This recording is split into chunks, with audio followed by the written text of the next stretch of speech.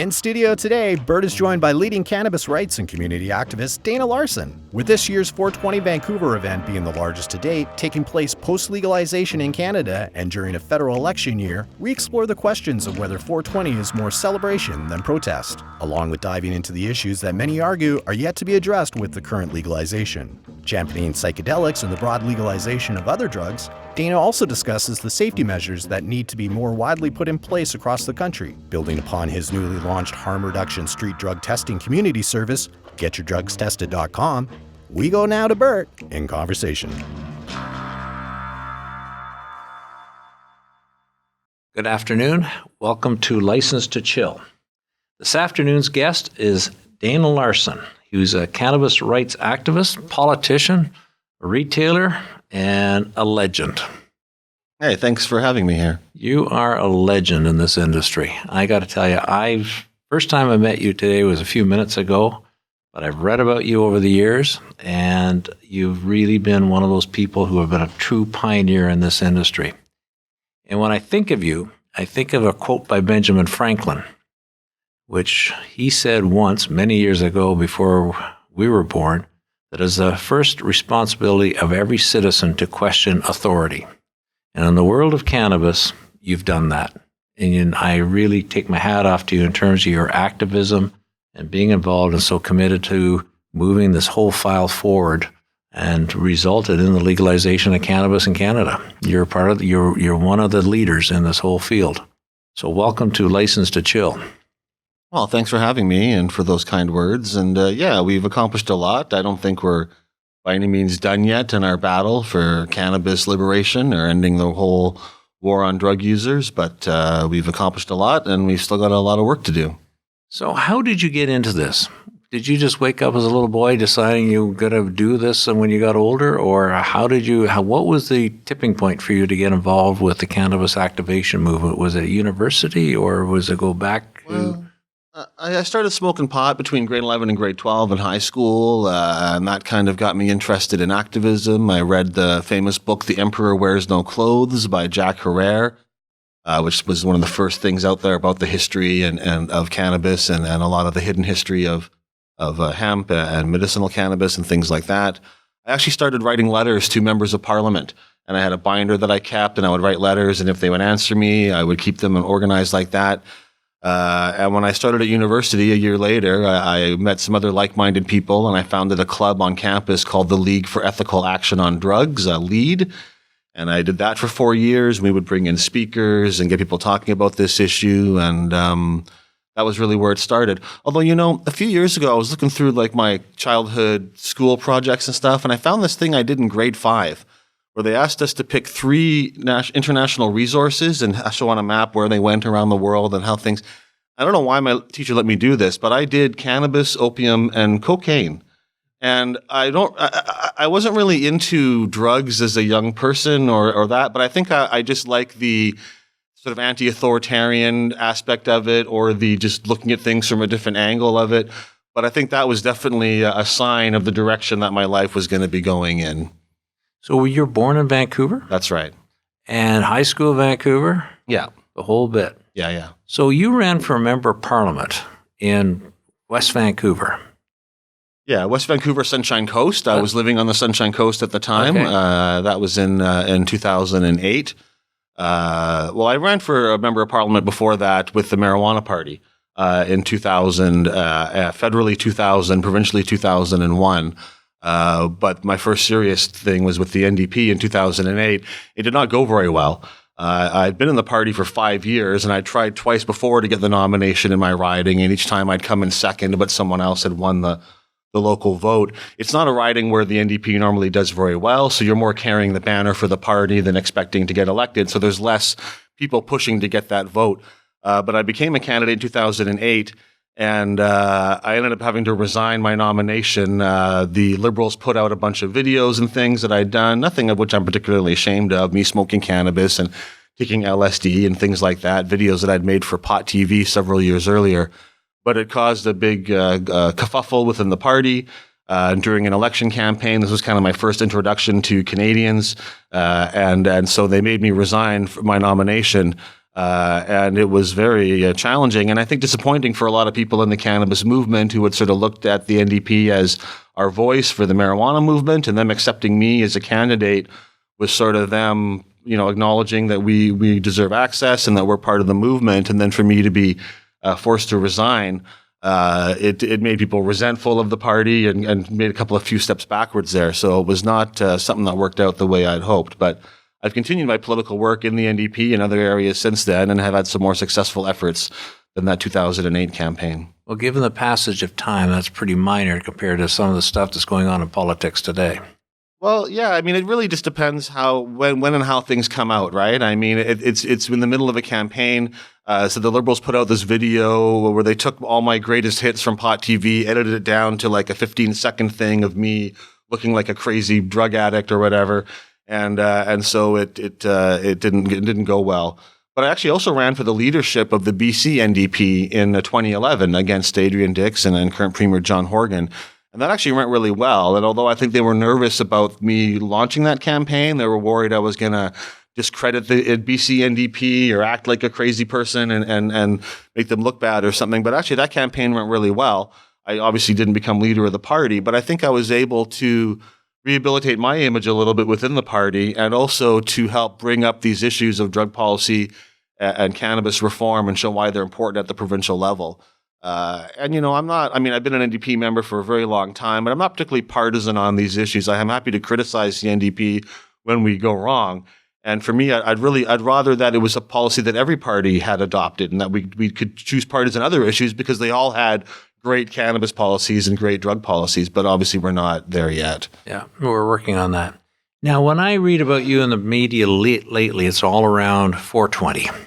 And will there be a 420 again next year at Sunset Beach? Yeah, absolutely. There's going to be a 420 next year. It would happen whether or not, even if I said we're canceling it, people would still gather and do stuff. It's not just dependent on us. But yeah, it'll happen next year. I'd say it's a very good chance of it being at Sunset Beach. I'm not against the theoretically moving the event somewhere else. Just nowhere else to go. We were at the art gallery. We started off at Victory Square Park, but we're at the art gallery for pretty much all of 420 history. And a few years ago, in 2016, we decided to move to Sunset Beach Park because the art gallery was getting too crowded. It was becoming a health and safety concern. There was so many people there. We couldn't offer emergency services properly. People couldn't get to the stage and hear what was going on. We were blocking off 4 major streets downtown for most of the day. And really it was the issue of people not being able to get help if they needed help. So moving to Sunset Beach Park at the time, the police and most other authorities were saying this is a good decision. This is a better spot for it. And it is a great spot. The main challenge with it, there's 2 things, is that it's in the early spring. So in a park, it's more likely to be raining in April. If those kids who were gathering at 420 had been gathering at like 5:30 or something, it would have worked a lot better for our celebrations every year if it was in the middle of the summer or later on in the year. And the park board has rules against smoking in the parks. And of course, they have the power to offer an exemption to that for an event, just like you can't drink in the parks normally, but they can give you a permit for that. But at a very close vote in 2017, they chose not to give us a permit. And they actually voted to not allow any cannabis events in any park ever.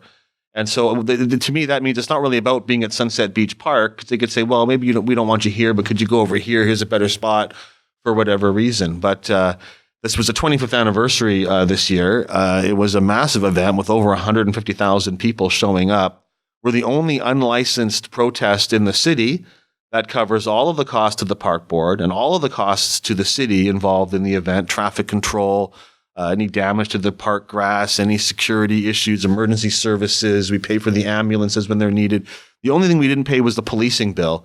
And I'm not really against giving the police some money for covering some of the event, but our policing bill is $160,000, which is over $1 per person that shows up.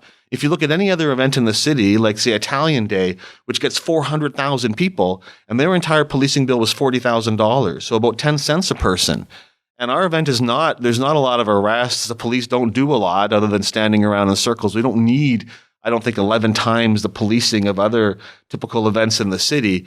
But, I'll tell you, I do a lot of different things over the year, but 420 is the one that gets me the most hate, the most negative publicity, the worst interviews with the media. Normally media is pretty fair when they talk to me, but around 420, their facts are all wrong. The questioning is very hostile. People are quite aggressive about this event, as if we're somehow draining the city's budget by putting on this protest. And, the reality is the cannabis community in Vancouver brings in a lot of money. The incredible fees they charge at dispensaries could bring in a lot of revenue. And we have the right to protest and gather like anybody else. And so it's a challenge because it's a frustrating event. It actually costs a ton of money to put this thing on, even with the booth sales and the people that buy sponsorships and that kind of stuff. Every year we're in the hole for tens of thousands of dollars that we have to raise afterwards to help cover the event, which I'm happy to do. But it's frustrating that there's this perception that I'm somehow cashing in on 420. It's a big money-making scheme and we're all getting rich and trashing the park and we don't care about anything. And the reality is very, very different. So it's a wonderful event for those who are on the ground and who attend, and people have a great time. And I think most of them are very grateful to have this kind of open market, the chance to sample and purchase and enjoy cannabis from hundreds of different sources of cannabis products of all kinds. It's an incredibly unique event. There's nothing else like 420 at that scale in the world. At 420 in Vancouver, that is the freest the cannabis culture is anywhere on earth. There's nowhere else where you can smoke, access, and enjoy cannabis in such an open and free manner than in Vancouver on April 20th. And I'm really proud that we've created that safe space. And it didn't happen overnight. It took years and years of effort, not so much on my part, but other activists. David Malmo-Levine really was very influential in getting that going and creating a safe space. We started off with just a couple of people buying and selling cannabis in the middle of a circle to keep the police out of 1 year. And it would slowly grow like that. And then 1 year, somebody would bring a bag of joints to sell. And then another year, somebody brought a table and set it up. And then soon there was 5 tables. And then there was 100 tables. And we had to start booking spaces and charging people a bit of money to help cover the cost for the event. But it's really grown very organically, very dynamically, and I hope it lasts for another 25 years. I don't see any reason for this festival to stop. I'm sure it'll continue to change and transform as time goes on, and that's a good thing.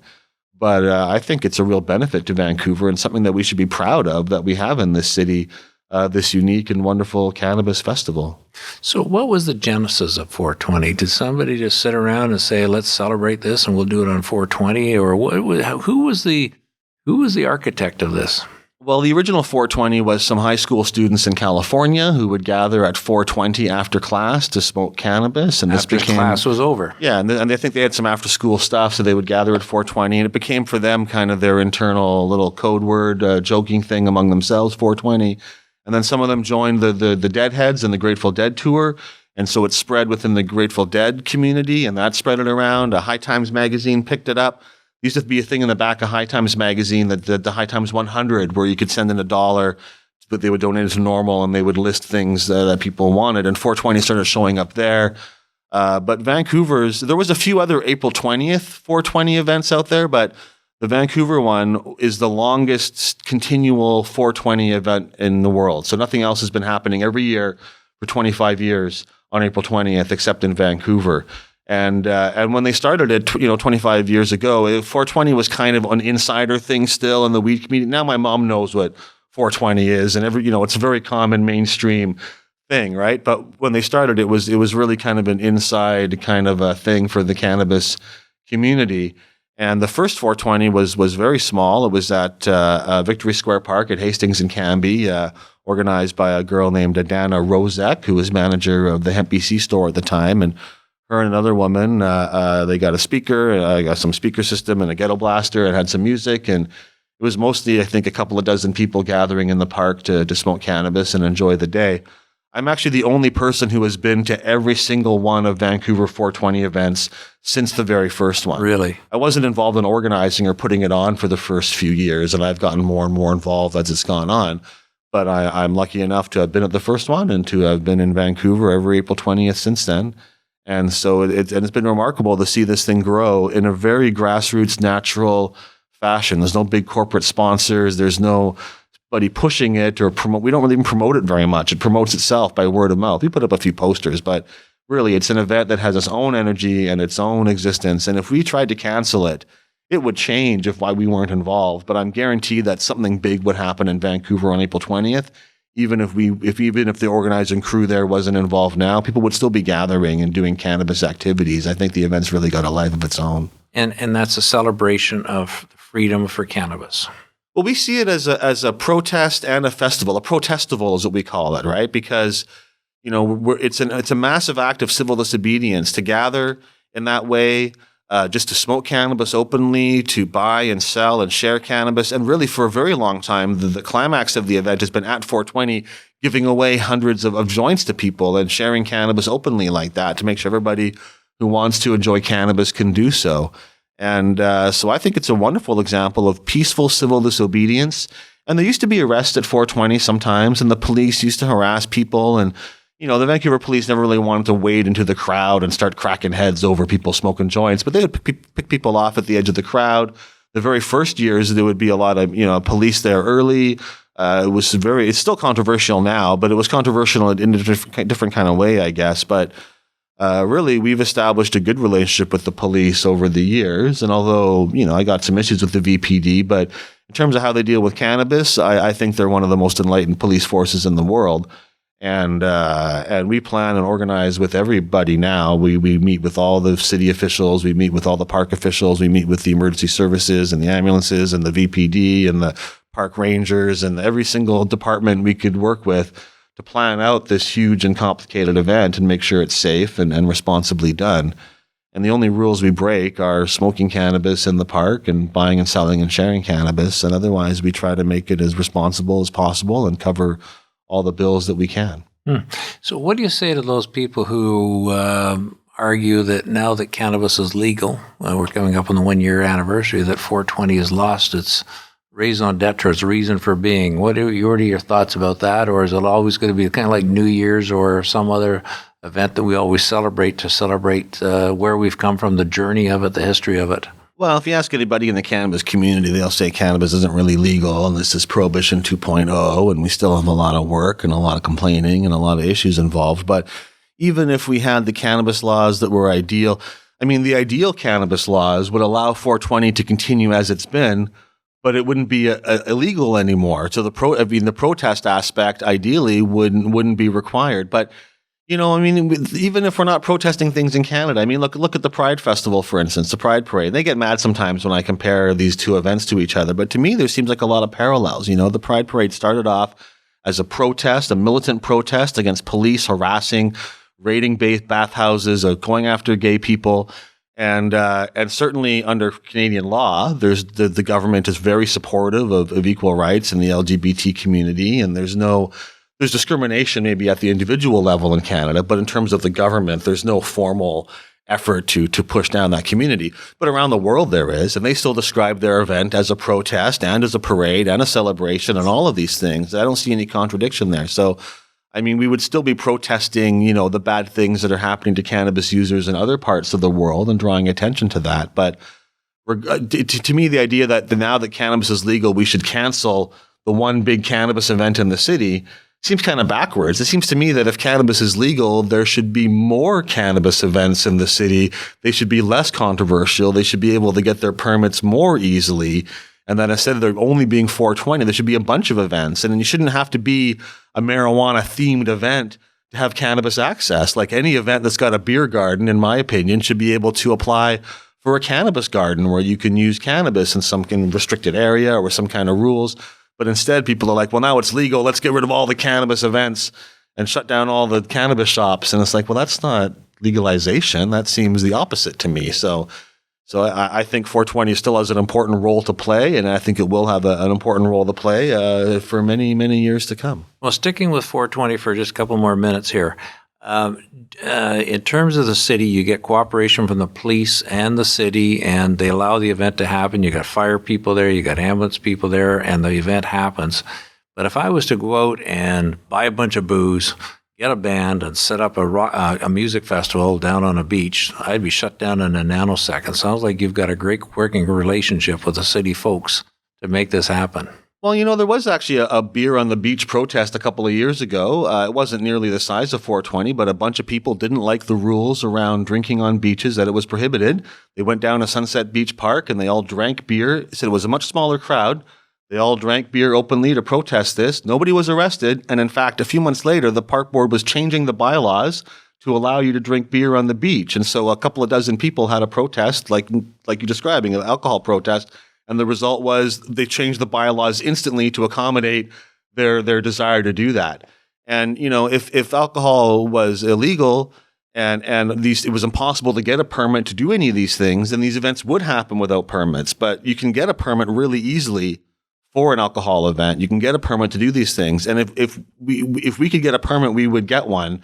We've applied for one and asked for one, and they refuse it to us. And we still voluntarily pay all these costs anyway. So it's not, people say, oh yeah, like I said, if we all just drank beer or alcohol like that, but it's a very different situation. And we would love to be more in within the legal system and to be accepted like that. But if you want to drink beer on the beach and listen to music, it's very easy to do, very easy to get a permit. And often the city will give you money to subsidize your event.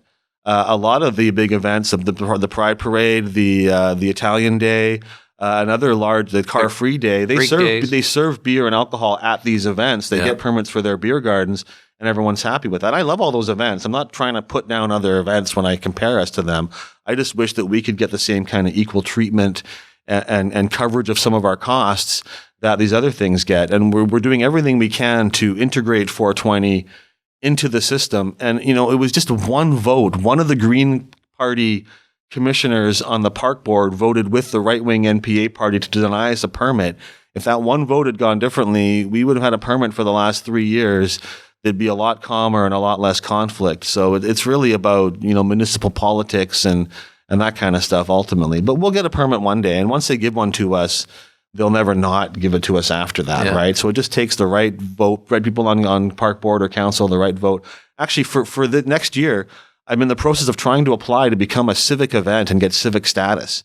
And any of the big events in the city, if you get over 100,000 people, if your event is part of a protest or a celebration that's bigger than just your one event, which 420 certainly is, you're supposed to be able to qualify for this. And the city's supposed to give you funding to help cover things like policing costs, which have gotten out of control.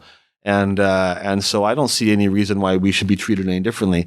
Will they give us that civic status? I don't know. It'll probably be controversial, but I'm going to apply for it and then let them make that decision. No, you've got nothing wrong, nothing to lose by applying for it and test it. But it should become an event that we can do that with, because the same thing with beer festivals and music festivals where we consume beer.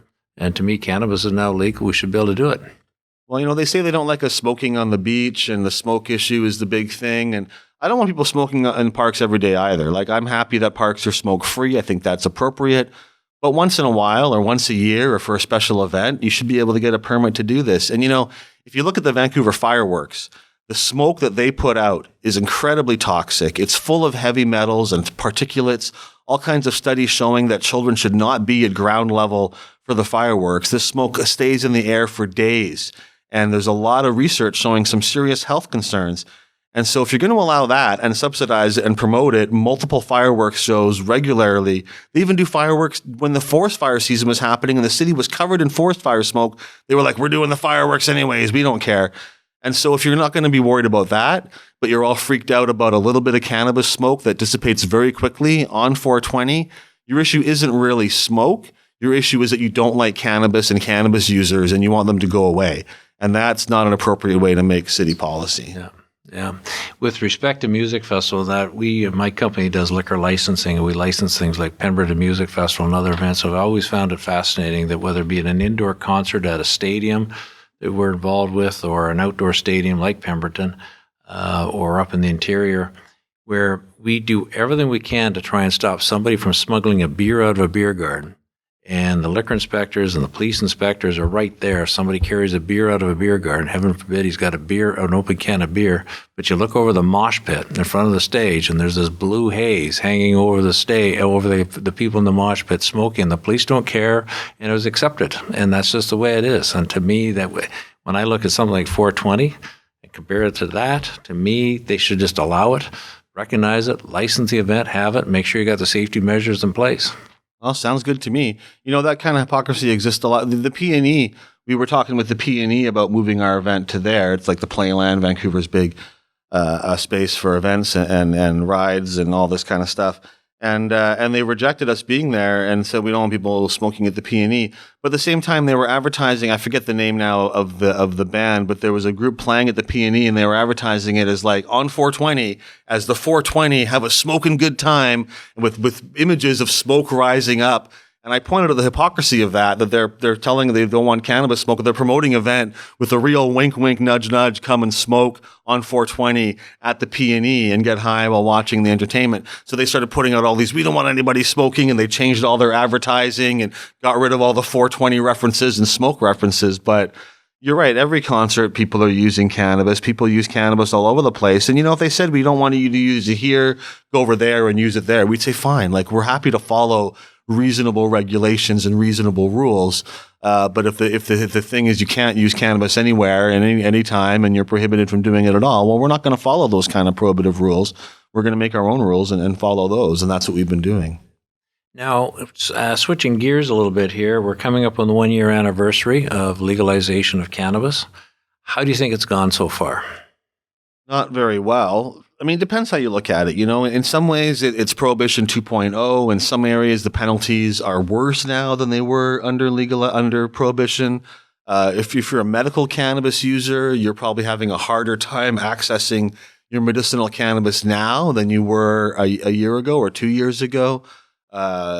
It's really been a corporate takeover or an effort to have a corporate takeover in many ways, where these billion-dollar companies are pushing out the cannabis community. The rules are such that people who have been involved in the cannabis industry can't participate always in legalization. I prefer to look at it maybe as legalization 1.0, and that we're going to hopefully get better versions, and maybe legalization version 4.2 or something is going to be, the one where we're happy with it. But it's a long process, and I would just, I wish that it had started. The legalization began with an apology and that a recognition that prohibition itself was always the real problem, that prohibition was rooted in racism and ignorance and bigotry. It's from another time, from a century ago, and it's time for us just to close that book on the past and acknowledge the harm and move on. But that didn't happen. The legalization we've got is predicated on all the same principles that prohibition was, that cannabis is harmful and dangerous. We need to actively keep it away from children or our society will collapse, that cannabis users are not really good people, and that cannabis growers and that are a dangerous community. And I think that predication has created the system where they don't want people who were involved with cannabis before legalization to continue, and where a lot of the stigmatization and prohibition and punishments of cannabis are continuing. And it's all up and down the system. The federal laws, also provincial and municipal laws, are also extremely punitive all over the place. They just talking in Manitoba, they're going to pass a thing where you won't be able to consume a cannabis edible in public. So that's not even about smoking. That's about them not wanting you to take your CBD capsule while you're walking down the street or something. That's just crazy stigmatization. And, here in British Columbia, one of the most cannabis-friendly provinces in the country, supposedly, and our NDP government, I'm very disappointed in, because I know John Horgan fairly well. And before he was premier, he was telling me all the stuff he was going to do about cannabis and how good it was going to be. And they brought in some of the most restrictive laws in the country. Okay, so Manitoba and Quebec say you can't grow your 4 legal plants at home. And now Quebec's had that law overturned in the court recently. We'll see what happens. But in British Columbia, they say, okay, you can grow your 4 cannabis plants, but your landlord has to sign off on it, even if you're growing them in your backyard or on your balcony. I don't see why your landlord has to know or agree to what plants you're going to legally grow in your backyard. But also, nobody can see your legal cannabis plants. If one of your cannabis leaves is poking over the fence and somebody can see it from the street or can see your cannabis plant growing on your balcony, you can get a $5,000 fine and go to jail for up to 3 months. Those penalties double if it happens again. So 6 months in jail, $10,000 fine. There's no harm from somebody seeing your cannabis plant. Some people have said, well, it's a security thing. They don't want anybody stealing it. Well, first of all, I can throw $20 bills in my front lawn if I want to. That's my own choice, but my own possessions. But if they want to make a law about security, they could make a law about security. You can have an entirely secured, barred greenhouse, but your plants are still visible. you're breaking the rules. But you put up a Chinese curtain or like a single sheet or whatever to block the plant, doesn't offer any security, but you're not violating the law. It's purely about stigma. And these rules, I won't get into all of them, but they go up and down the line. There are tons of these kind of regulations in place. Even areas where maybe there should be some kind of penalty, when you compare it to alcohol, the penalties are off the charts. So if you get caught smoking a joint in a canoe, compared to getting caught drinking alcohol in a canoe. You're not supposed to drink or use things in a canoe. You get caught drinking beer in a canoe, you probably just get a warning, but you might get a fine. I think the ticket's like $200 or $150 or something. You get caught smoking a joint in a canoe, once again, $5,000 fine, 3 months in jail for the first offense, doubles for the second offense. I got to say, I'd rather be in the canoe with the pot smoker than the drinker. But even if you want to penalize it, why isn't the penalty just the same as with alcohol? But instead, they're just off the charts in comparison. Parents can give their children alcohol at any age if they want to, in limited amounts or whatever, but you're allowed to give your children alcohol. Plenty do. If you want to share some cannabis with your 17-year-old child, you can go to jail and lose your kids, and that's trafficking to a minor. And there's no discretion for parents to make these decisions as a family or share these experiences with their children at an appropriate age. And so those are all, and so it goes on. And provinces are allowing cities basically to opt out of legalization. So a lot of cities are like, well, we don't want this in our community. And there's nothing else. Cities aren't allowed to say, they're allowed to put in pretty restrictive bylaws, but they're not allowed just to ban legal things like that. That's not allowed. And so there's a lot of aspects in that regard that need to be dealt with. And said some of the penalties that are in this federally also are very extreme. So there's a lot of problems with legalization, but they're not going to be interested in changing. They put a lot of work into writing these laws. They're not going to want to change them, I think, at least for another 5 years or so. Probably the wave of changes will come with some court decisions, because some of these things are unconstitutional laws that need to be attacked that way.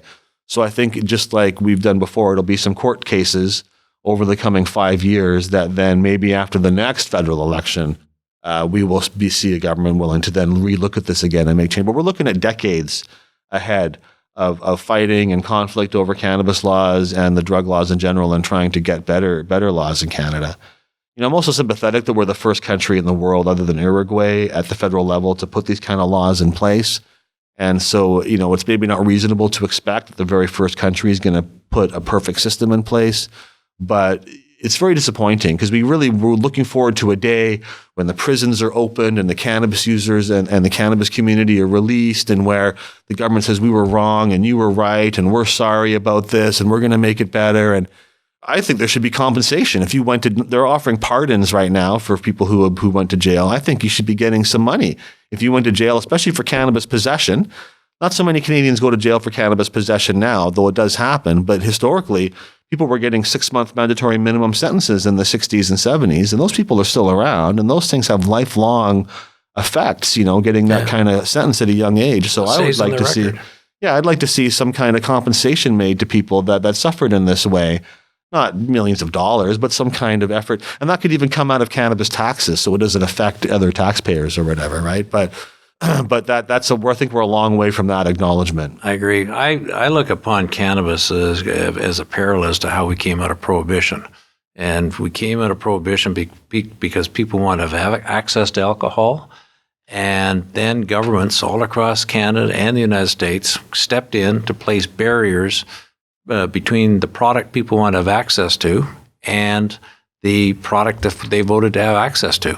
And they brought in restrictions and limitations and everything else. In British Columbia here, we used to have bars that, in hotels particularly, where you had no sight lines to the outside. There were solid brick walls. Men and escorts went in one door, women went in the other door. No, I'm sorry, men went in one door, women and escorts went in the other door.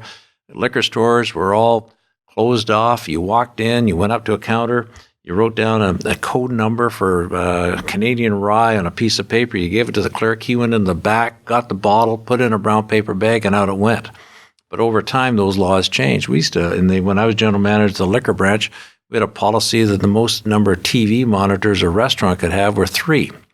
And because the entertainment in a restaurant was supposed to be the food on the plate, not the booze, not the TV games and the sports and all that sort of stuff.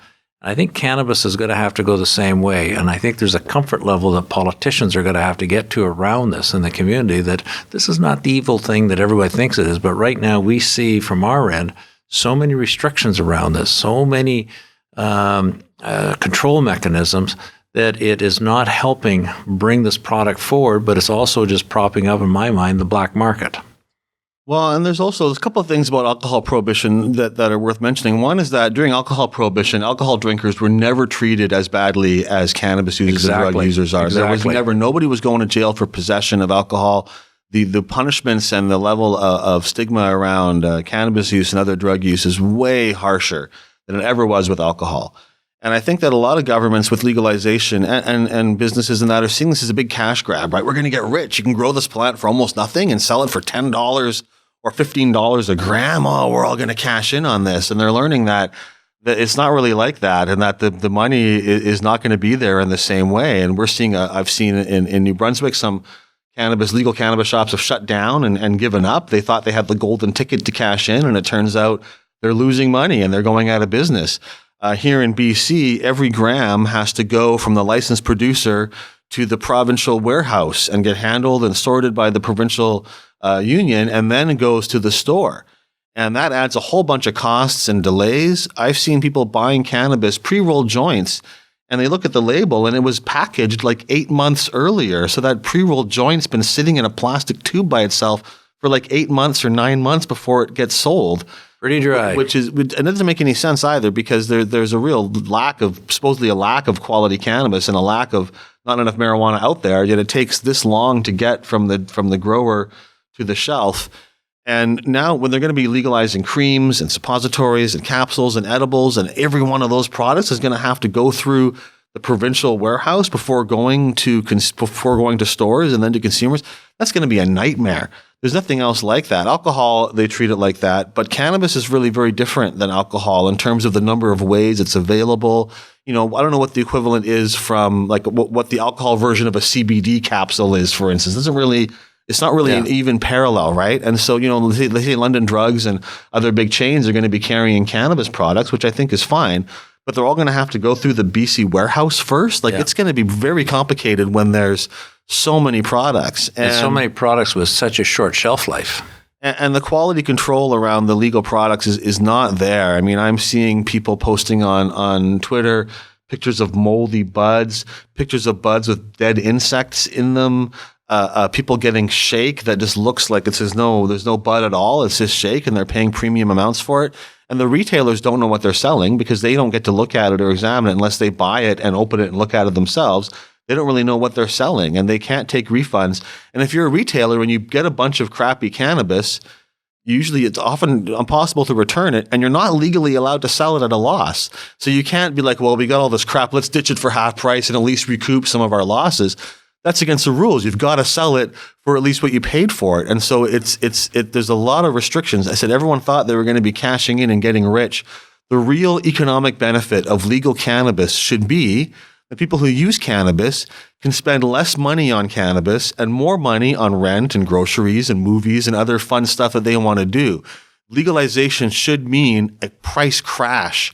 And if they want to get rid of the black market underground sales, make legal marijuana $1 a gram, which is still, by the way, incredibly expensive for a plant product. There's no other plant out there vegetable product that you pay like $400 a pound for. I mean, that's still $1 a gram is ridiculously expensive by one area, and yet people would be thrilled. And my dispensary couldn't compete with that, and I would love it. I mean, I make my living selling cannabis, but I'd be thrilled if my store went bankrupt, or not went bankrupt, but couldn't compete with the legal market. Then I know my job is done and my store isn't needed anymore. I didn't get in this so I could sell cannabis and I could have a legal shop. I got into this so that it could be available to everybody. And I've always said, for my stores, I want to keep operating as long as I'm needed. As long as there's a lineup out my door, clearly I'm offering something that the legal system is not able to compete with and not offering.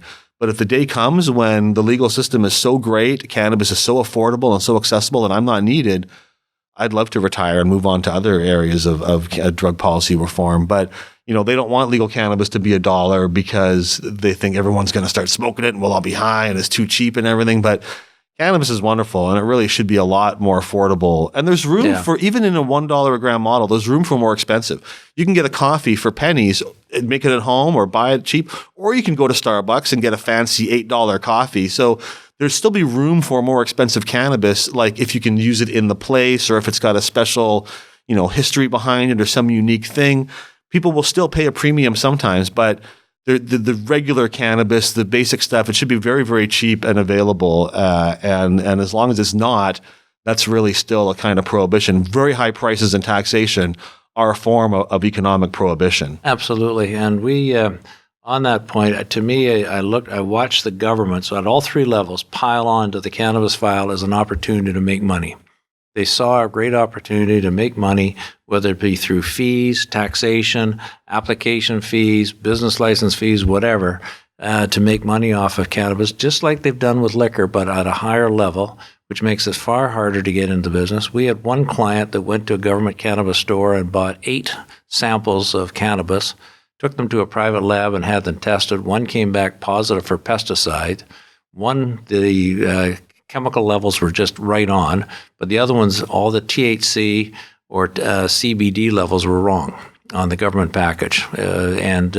So I found that interesting. But I just find that a lot of people are going to stay with who they've been getting supplies from for now, because the price points through the traditional black market are much lower than it is through government. Well, I would agree, and if people were able to grow more openly and have more ability to grow their own, not everybody's going to grow their own, but some folks are going to grow a bit extra and share it or sell it at a reasonable cost to their friends and that kind of thing. And this whole money making, we kind of sold legalization as, because we're trying to put the benefits. You're going to make lots of money. Governments are going to cash in, and that was part of our effort to convince people to legalize it, but the real savings should be both in people being able to afford it and in police budgets going down. And there's another weird thing about legalization, that it's meant a bonanza for police budgets. They've been getting hundreds of millions of dollars in extra money to deal with legalization. And we've actually got a kind of a crisis in Canada when it comes to policing. Even under the Harper government, they were having national summits to talk about how policing bills are out of control. Cities can't pay their policing costs, and every year they eat up more and more of civic budgets, and so they can't afford other services because they're paying the cops. And so legalization of cannabis, well, that would be a good time to be like, okay, we're taking this off your plate. We're also going to take away 5 or 10% of your budget because we don't need to enforce this anymore. Instead, the police are getting more money.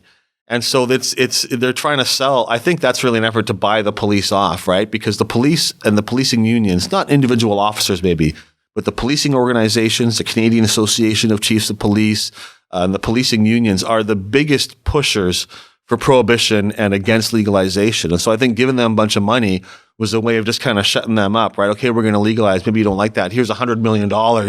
Let us do it, right? And I think that was kind of how it went down. But I'm hoping that over the coming years, as police are recognizing across Canada, they're now in the media saying, it wasn't actually such a big deal. We didn't really see any big increase in crime. We didn't see any big increase in people getting high and driving and causing accidents. None of these worst case scenarios actually manifested themselves. Maybe now it's time to look at, maybe you don't need quite all that money. We can take some of this back and put it into other services that people need. I'm not against police or anything, but the police budget has got to be based in reality, and the policing budgets have been out of control, and legalization should mean a little less money for the police and a little more money for other services. Yeah. Now, coming back to you have an existing dispensary up on Thurlow Street, and you've applied for a cannabis store. How's that going? Well, we had 2 dispensaries originally, right? Our oldest location at Hastings and Campbell had been open over 10 years, and we were unable to get a business license there from the city because it's an industrial zone, and the previous city council, in their infinite wisdom, decided that industrial zones were forbidden from having a cannabis dispensary, no exceptions, no ability to appeal that. And so we fought in court along with many other dispensaries in the city, and we went to the Supreme Court of BC, and ultimately we would have been in contempt of court if we'd stayed open. And so us and many others shut down those locations. We've actually transformed that location. We didn't actually totally shut down. We just stopped selling cannabis. We've actually installed some drug analysis machines, and now we're Canada's biggest center to come and get street drugs tested. You can bring in any street drug to us, and not so much cannabis, but any kind of cocaine or MDMA or heroin or whatever, and we'll analyze it on our spectrometer and tell you exactly what's in it and if there's fentanyl in it and what else is going on.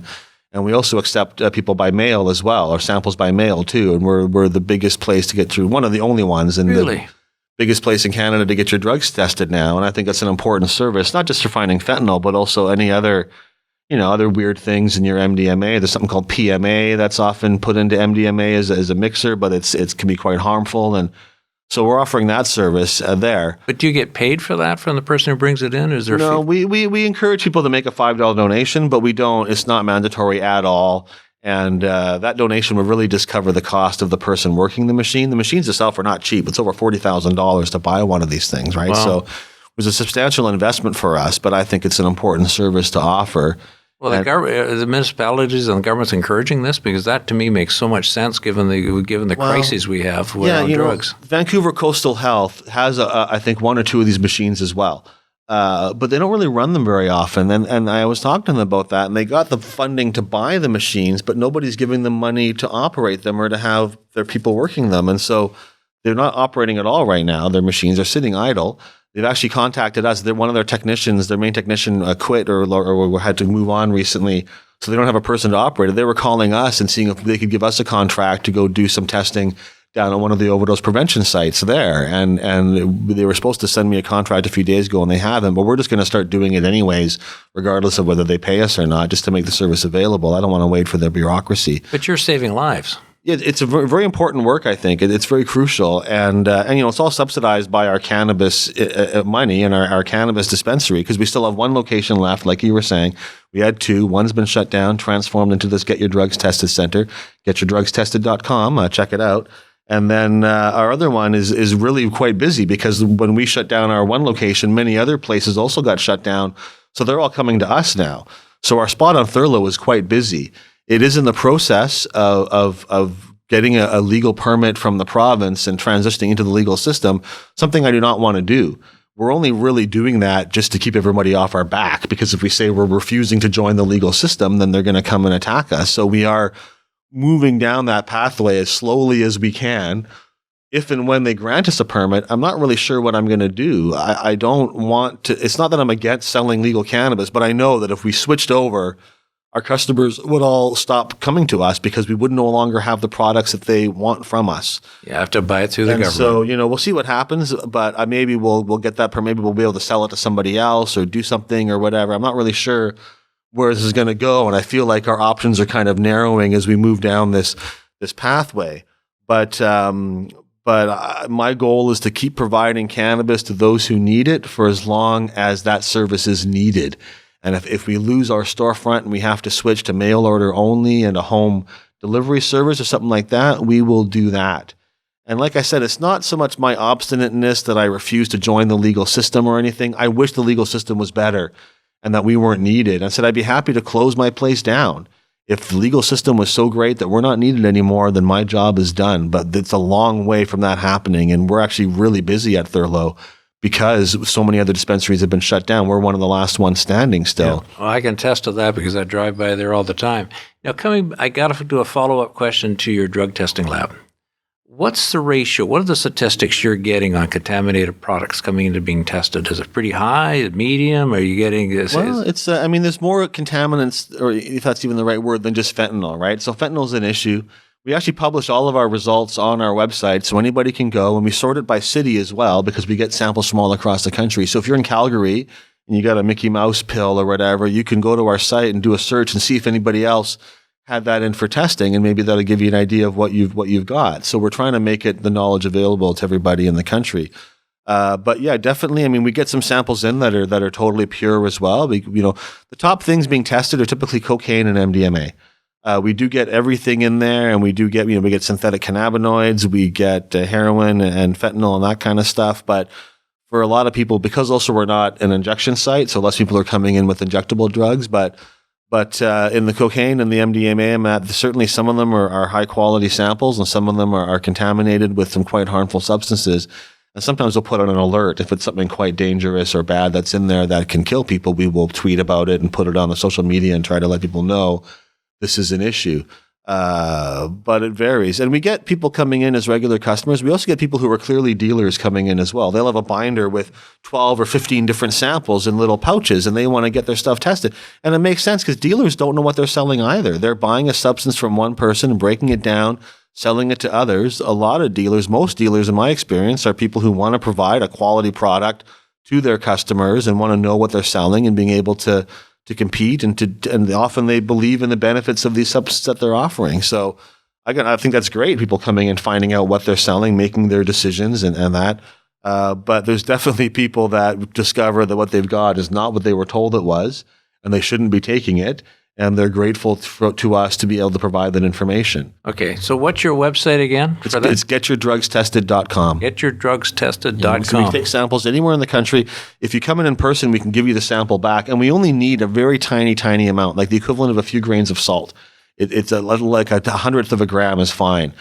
We put it under the machine's about the size of a bread box. It shines an infrared laser onto the chemical, and then it analyzes the light spectrum that comes out and matches that against a database of all different types of chemical substances. Wow, I think that's phenomenal. I didn't know that about you. Yeah, people think of me as a cannabis activist, and certainly I am, and that's an important thing. But to me, it's always been bigger than just cannabis. It's about the whole war on drug users, and all of these different substances all have their roles. And in most cases, what we call the war on drugs is really a war on plant medicines that are sacred indigenous medicines of, coca leaves, peyote, psilocybe mushrooms, opium poppies. These are all things with a long, long history of traditional medicinal, spiritual, cultural use, and that have been perverted and changed through colonialism and Western imperialism into these sometimes very dangerous substances. So to me, cannabis is just the first step on a much longer path of ending all drug prohibition. Now, you remind me, I started this podcast talking about a quote from Benjamin Franklin, but you kind of remind me of him because he lived outside of his own skin because he was so busy, so active, and you were very active with all this stuff. Now, you're also an active author and written several books. You got any more books on the horizon? I do. I finished a novel a few months ago that I've been trying to find a publisher for it, haven't been able to do so. The books that I've written so far, I wrote a parody called Harry Pothead and the Marijuana Stone, which is a Harry Potter parody. I've got Green Buds and Hash, which is a pretty short little poem, but beautifully illustrated, and that's by far my top seller. It's a green eggs and ham parody. And the book I just finished writing it's called The Hashtastic Voyages of Sinbad the Strain Hunter. And it's a play on the Sinbad stories with lots of cannabis fun mixed in, and a kind of parodies or plays with a lot of different kind of books and stories, some Gulliver's Travels things in there and different kind of aspects like that. I'm quite happy with it, but finding a publisher is challenging for anybody.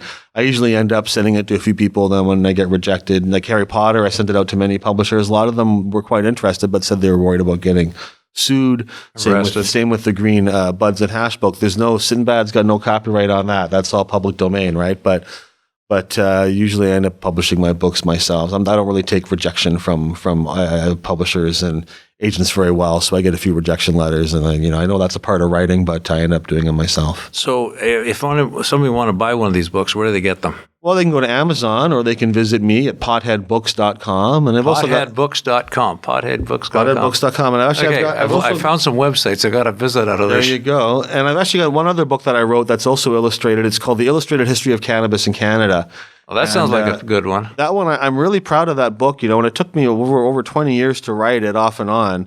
And it's all beautifully illustrated in black and white, and I'm working on a color edition now. But I learned so much about Canadian history and cannabis writing that book, and you'd think someone like me would have been an expert on this stuff already, but there's so many stories that I learned that people just aren't aware of about the history of cannabis in Canada, how integral it was to the first colonies that came here, the French and the English, how widespread cannabis use was in Canada during the 1800s, that you could buy pre-rolled joints for like 50 years at Canadian pharmacies quite readily from the late 1800s to early 1900s. And it's extremely integral to our country's history in a way that the vast majority of Canadians aren't aware. They sort of think of cannabis as something that started in the 1960s, and cannabis started in the 60s, and now we're here. But before the 60s, they were using a lot of cannabis in Canada for hundreds of years. And the irony is that for the first 200 years or so of Canada, governments were pushing people to grow more cannabis and trying to force colonists and force early Canadians to grow more hemp for the ropes and sails for the French and British navies. And there was a lot of punishments and rewards and efforts to grow it. And then once cannabis started becoming popular, the 1900s, the effort was to stop it entirely. And the governments, the people in the governments reversed, where people didn't really want to grow hemp earlier on. It was a lot of work and they'd rather grow food crops. And the government was like, we need more hemp, grow more cannabis. And then now people want to grow cannabis and the governments are like, stop growing that. We want to make this plant extinct. And so it's a fascinating history, and it's something that I really, I think more Canadians should know about. I'm working on a longer book that takes a lot of the information from the illustrated version and just digs into it into more depth and everything. But it's a fascinating story and one that I wish more Canadians were aware of. Wow, that's amazing. So the books are available at Amazon. Yeah, Amazon and potheadbooks.com. Pothead Books. And do you sell them in your dispensary? Oh yeah, and they're in bookstores and that kind of stuff. We're in some mainstream bookstores, and we're at some. Are you in Banyan Books down on West 4th? I don't think so. I'm not totally always sure where my books are being sold, but I don't think we're in Banyan Books as far as I know. We have some mainstream distribution, but we're not in as many bookstores as I would like to be. So is writing a secret passion of yours? I don't know if it's a secret or not, but I've always done a lot of writing. I mean, for 10 years, I was editor of Cannabis Culture magazine, and that was a lot of writing, not so much fiction, but I mean, I would write, half of that magazine myself and then edit and work with authors and writers and that on the rest of it. So I've always liked writing and information and that kind of stuff. Writing fiction, I wish I could do more of that, but it would require me doing a lot less of the other things that I do. And I kind of, I wish I could get more books out there. I sort of feel that's maybe a legacy in some way that I'd like to have more written stories and things. I love writing fiction. It's also a lot of work. I mean, it's fun, but it's definitely work writing these kind of books as well. But I find I spend more of my time on political work and activism and business and that kind of stuff than I do making up fantastical voyages for Sinbad the Strain Hunter. So coming back to political work, if John Horgan was sitting here and he sat down and said, let's have a conversation about cannabis, what would you tell him? A couple of quick points you'd say to him. Last time I saw John Horgan, I probably didn't get along very well. I told him that he was responsible for the war on drugs. It's his war on drugs now. You're the premier. You have the power to decriminalize, and all these overdose deaths are on you, John. It's you're the guy who can make the choice. And he was like, well, and I got a 30-second talk with them, and it was pretty awkward. I talked to these NDP guys. I should be making small talk and being friendly, but I end up being like, there's an overdose crisis. What are you doing? Why are you not decriminalizing? And then they don't want to talk to me anymore. But on cannabis, I mean, I would just say, John, I know that you are a cannabis user who enjoys cannabis. I know that a lot of your caucus, smokes cannabis and uses it. Where is the motivation for these laws coming from? Who was lobbying saying we don't want anybody to see your cannabis plant or you have to go to jail? I don't understand why some of these laws were passed. I don't think British Columbians were rallying or pushing for these kind of things. And so I don't really get where these decisions are being made or why they're doing. I can understand if it was really unpopular and they're trying to appeal to the majority of people in the province, but I just don't get where some of these things are coming from. But I would try to get them high first so we could get on the same level and then maybe have a real conversation about it. But I said, I know a lot of these guys. I know Adrian Dix. I mean, we're not buddies, but I've talked to him many, many times. I've known him since 2011. We all got to know each other really well on the campaign trail running for the leadership. We spent a lot of time together traveling. It was a huge campaign all around the province. And we would all kind of go in a group and hear each other's speeches over and over again. And I talked to Adrian Dix also, the BC Minister of Health, and I can't get him to acknowledge the overdose crisis or that it's like as Minister of Health, it's his responsibility to decriminalize people and to provide a safe drug supply. You asked about cannabis and I'm talking about the overdose crisis. To me, it's really the more important issue in many ways. But I mean, I just can understand that. But I when it comes to cannabis, I just wish that they would get rid of some of this stigma and some of this ridiculousness that they've put in place. I'm hoping that in the next couple of years, we'll see change in British Columbia and see these laws change. But the problem is once they get passed, it's very hard to alter this stuff, right? They do the work, they pass these laws, and then to go back and revisit them and make changes, they got other stuff to do. They don't want to go back and do that again, at least not for a few years. So I think John Horgan knows that I'm disappointed in him and that I really thought he was going to do more. I endorsed him for the leadership in 2011. He didn't get it. Adrian Dix did. And then Adrian kind of snatched defeat from the jaws of victory against Christy Clark in that election. But I mean, I like John Horgan on a personal level. I think he's a fine human being and a good guy. And I think he's well-intentioned. And so I don't really understand why they pass some of these things. I just don't get it. I know I come from a very different perspective and my priorities are very different, but I would encourage him to change these things and to treat cannabis users with dignity and respect, because that's what we deserve, like any other human beings. Well, from my perspective, and we've only been in the cannabis world about 2 years now, in terms of learning and understanding. We've gone to a ton of cannabis conferences, a lot of discussions.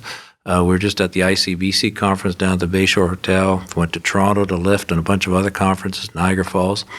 And there's no one there at these conferences from government. And to me, people who've been in the cannabis business for years, like you, and other people who've been in the retailing cannabis and producers and processors, they are to cannabis what NASA is to space. You know the system, but there's been no real dialogue between government with you folks on how to do this thing, how to roll it out, how to run it, and everything else.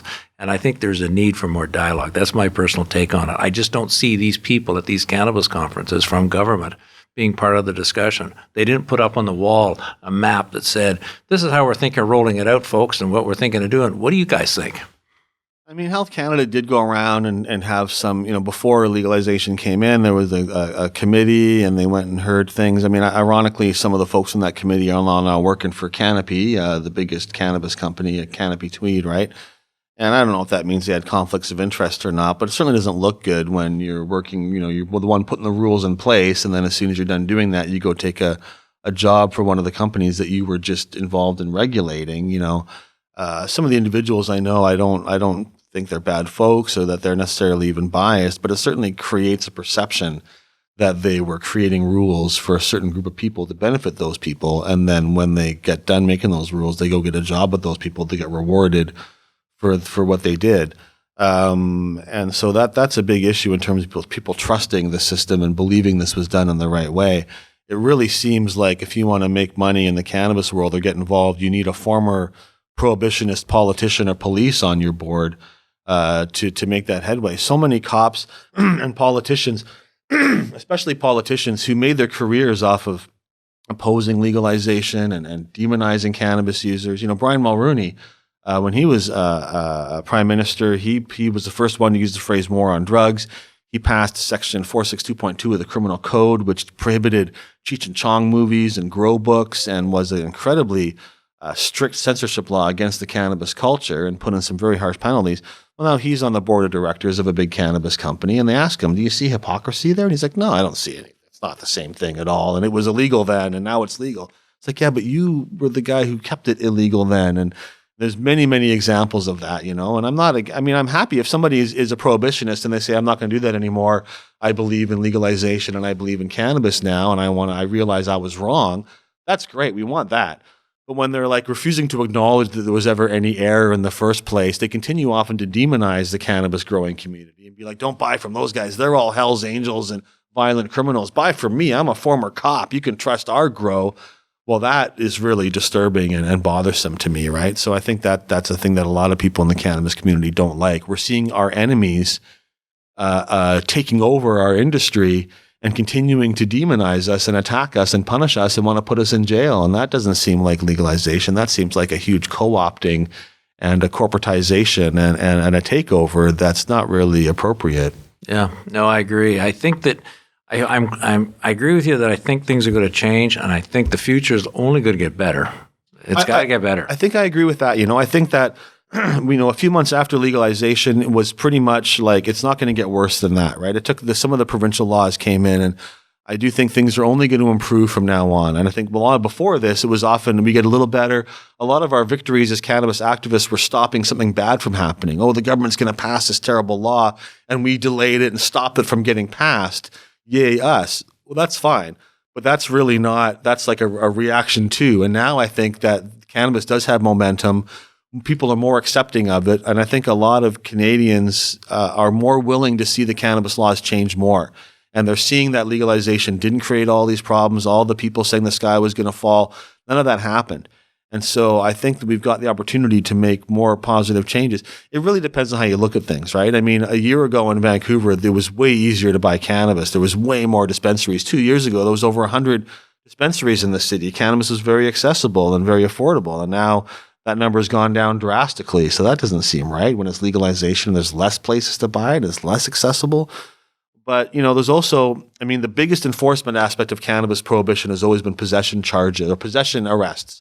Maybe not charges, but the biggest thing was like 60,000-ish every year, possession arrests. And that number has dropped down. It's not going to be zero. Under real legalization, it should be zero, but it's going to be maybe double digits or a triple digit number. It's not going to be in the thousands and thousands.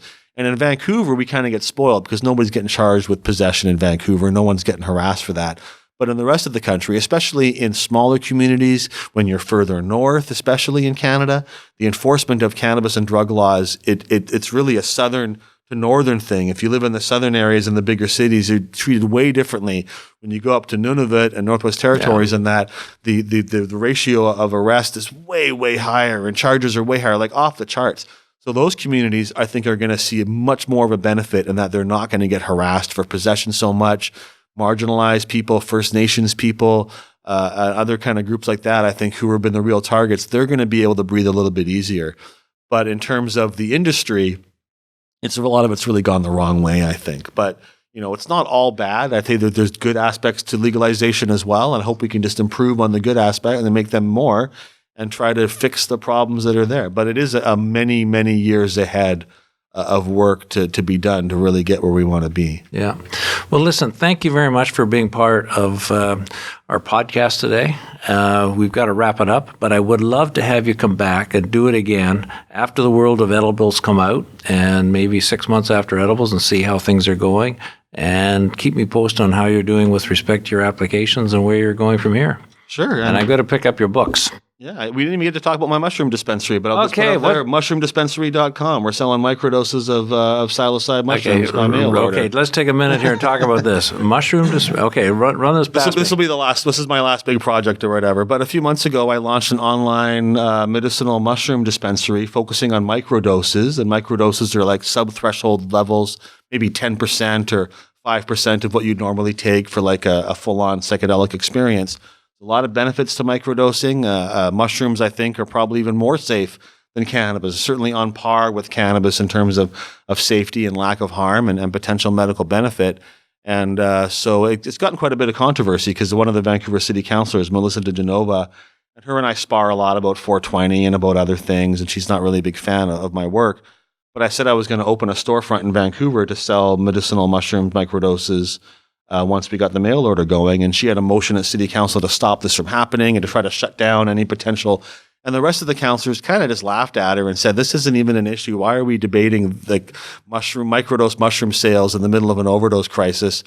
And they all voted against her motion, and it died. Right? But we've been serving people all across the country. I've got well over 500 members now over the last couple of months. And I'm getting some wonderful feedback from people. And with microdosing, you're just taking, said, a very small amount, somewhere in the range of maybe a tenth of a gram of mushrooms. We do them in capsules, and we do them all up real nice and standardized and everything. And you might take that twice a week or once every 2 or 3 days. And it provides incredible benefits for anxiety, for depression, for PTSD, and other kind of mood disorders. And they're really quite healing and beneficial. So to me, it's another step on the path. My perception is that we use this model of civil disobedience and dispensaries to overgrow the government. And I really think that one of the reasons the laws changed is that there was 500 stores across the country openly selling cannabis already, and they couldn't stop us, so they had to kind of join us and create legalization. And I want to use those same tactics to then make psychedelics and entheogens available, like mushrooms, in a regulated way. And we really should have opium dispensaries too, and let people have safe access to opiates in kind of a grassroots kind of way. There's been talks of like heroin compassion clubs in Vancouver and trying to start that kind of model, which I fully support. And so this mail order microdose mushroom dispensary to me is part of this process. There's a lot of research just starting into mushroom, or like it's been going on for a while, but recently there's been a bunch of new research and new programs being launched and new businesses and money involved in that. And that's great. But I'm more of just of a why delay, let's get it done now kind of a person. It is against the law, just like my cannabis dispensary is. And I'm hoping that because it's just microdoses and it's medically focused, you got to have some kind of medical documentation to become a member, that we'll be able to avoid, the VPD will hopefully make the same kind of choices they're making around cannabis that they will around this.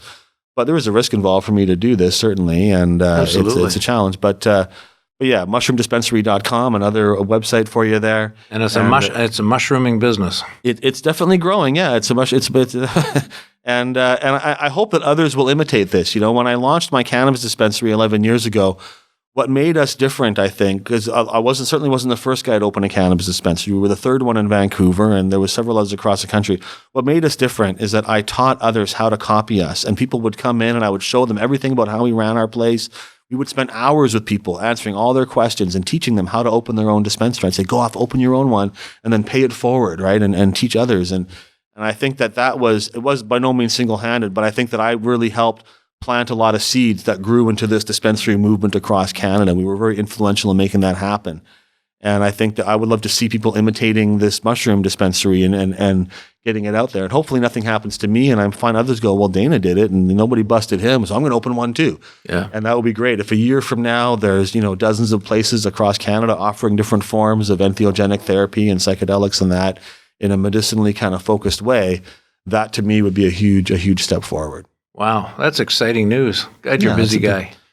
Dana, so there you go. Dana, thanks for coming in this afternoon. Hey, my pleasure. And keep in touch. Thank you very much. This has been a wonderful afternoon to learn hearing about all this. Thanks a lot. Thank you. My pleasure. The preceding podcast was recorded at Studio 710 in downtown Vancouver, the home of Jade Maple. For more information, follow us online at risingtideconsultants.ca.